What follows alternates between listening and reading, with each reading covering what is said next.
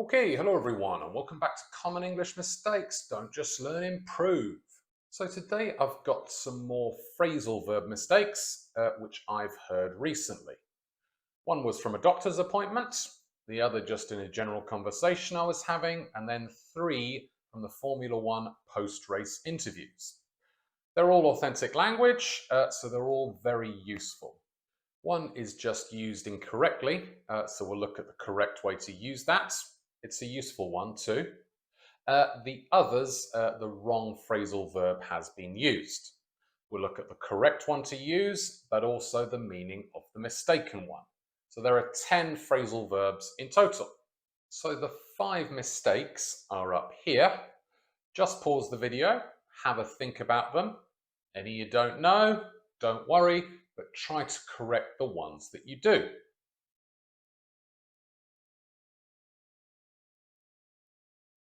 So the first one was said by Singapore GP winner Carlos Sainz, and he has the correct meaning here. To hold someone or something up means to make someone or something late or slower, or just to delay. So, sorry I'm going to be late, the traffic is holding me up. Sorry I'm late, the meeting held me up at work. Or talking about something, supply issues are holding up the building project.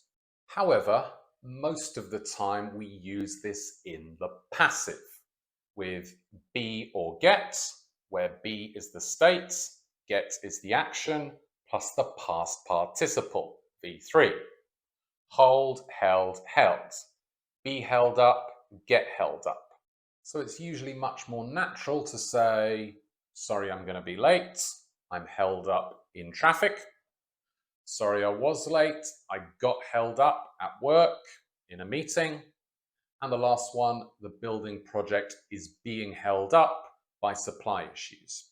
That last one, active, passive, both of those sound fine. The first two, definitely more natural to say in the passive. And do make a note of those phrases, be or get held up in traffic, be or get held up at work. Very common, very natural, you'll hear them a lot. Like in the example where Carlos Sainz should have said, I was held up in traffic.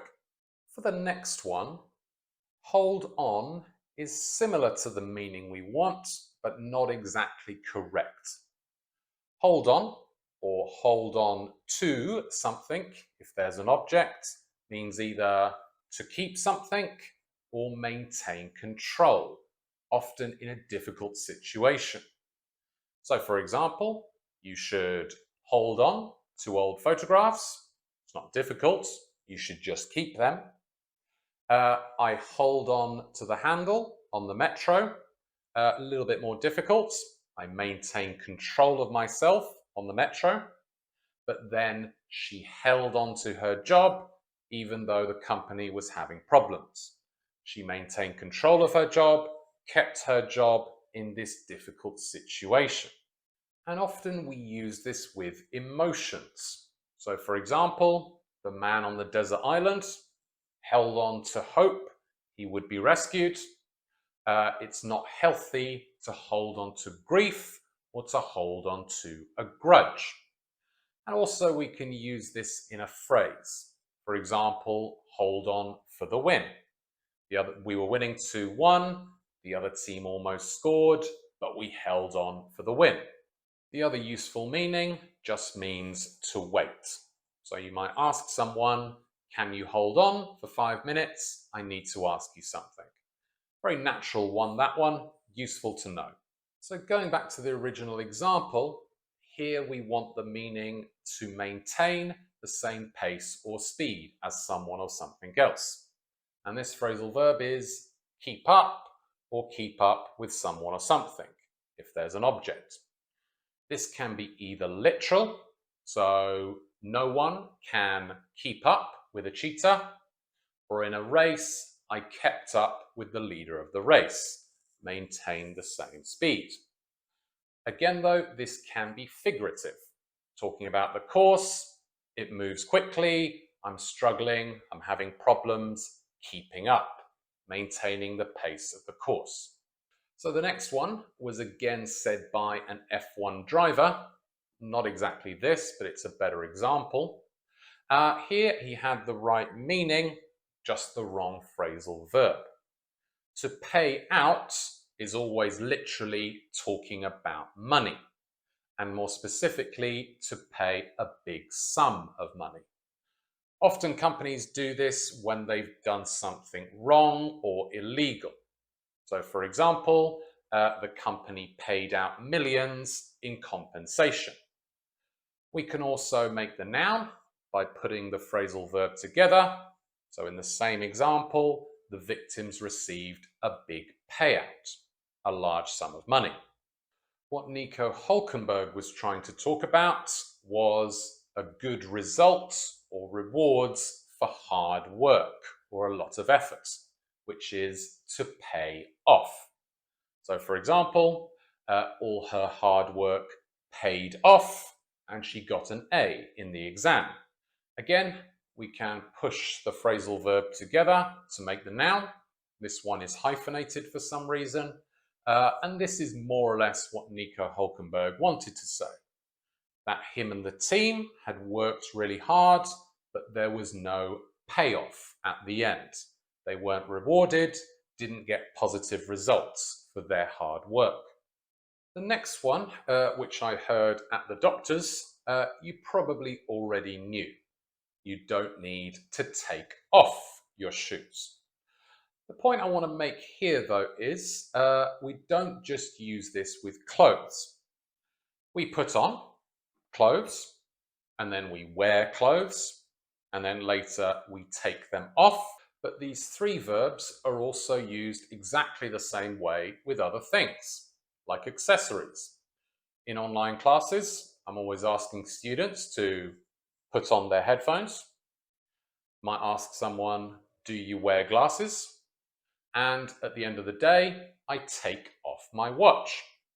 And it's the same for anything you apply to your skin or face. It's very important in summer to put on sun cream, or like that old song, more in general, to wear sunscreen.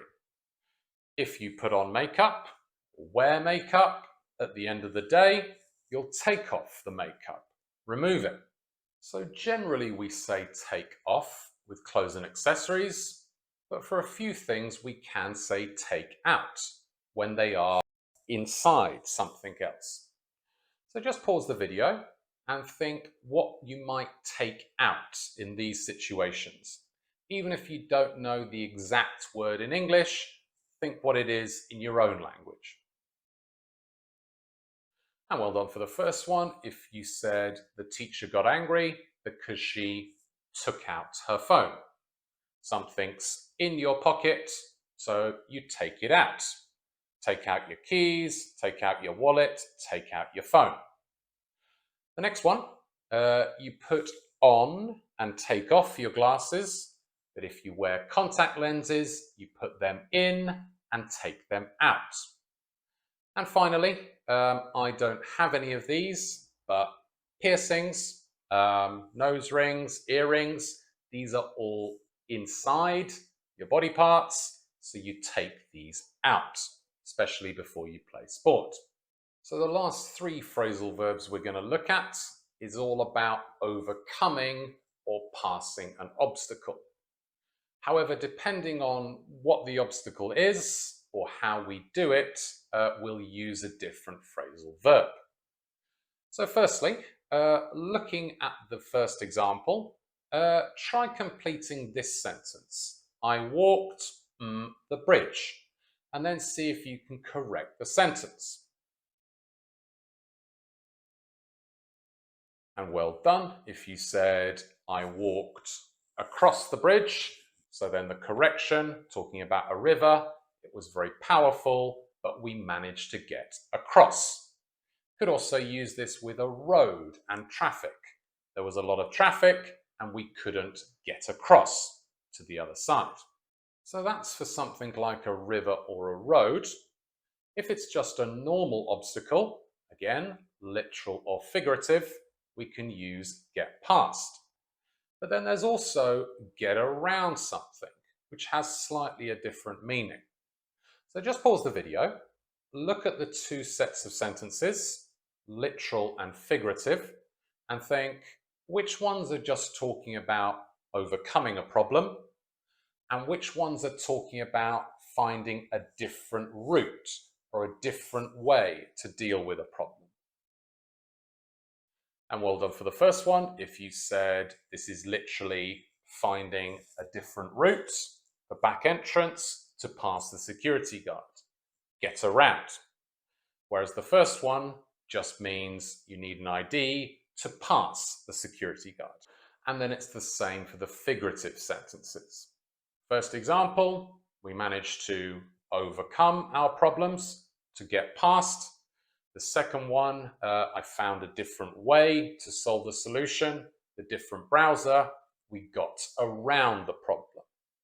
Often I have problems with software. That's one of the ways I get around issues. So anyway, explanation over. There is a summary of the phrasal verbs and their meanings. As ever, I would recommend writing down any you didn't know and studying them.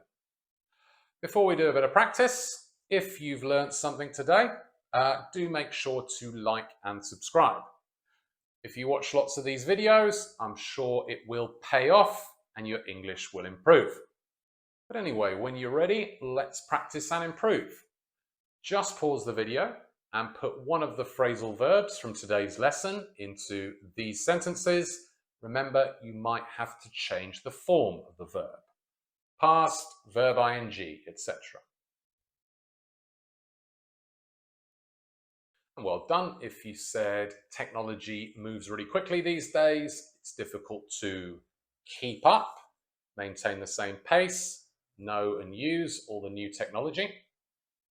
All that exercise has really paid off. You look much slimmer, got the positive results. I can hold on for 30 more minutes, but then I have to leave. I can wait 30 more minutes. And then I didn't speak his language, he didn't speak mine, a language barrier. We got around it by using Google Translate.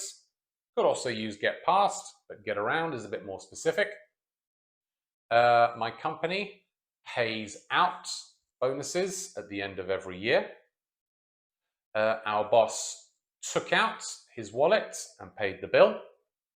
And finally, sorry I'm late, I was or I got held up at the airport.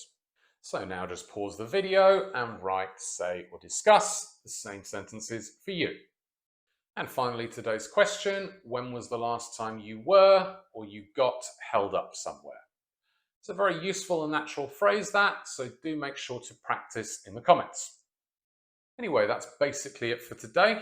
Always good to practice phrasal verbs, and I hope those are going to be useful for you. As ever, I'll see you for another video in the next few days. So until next time, see ya.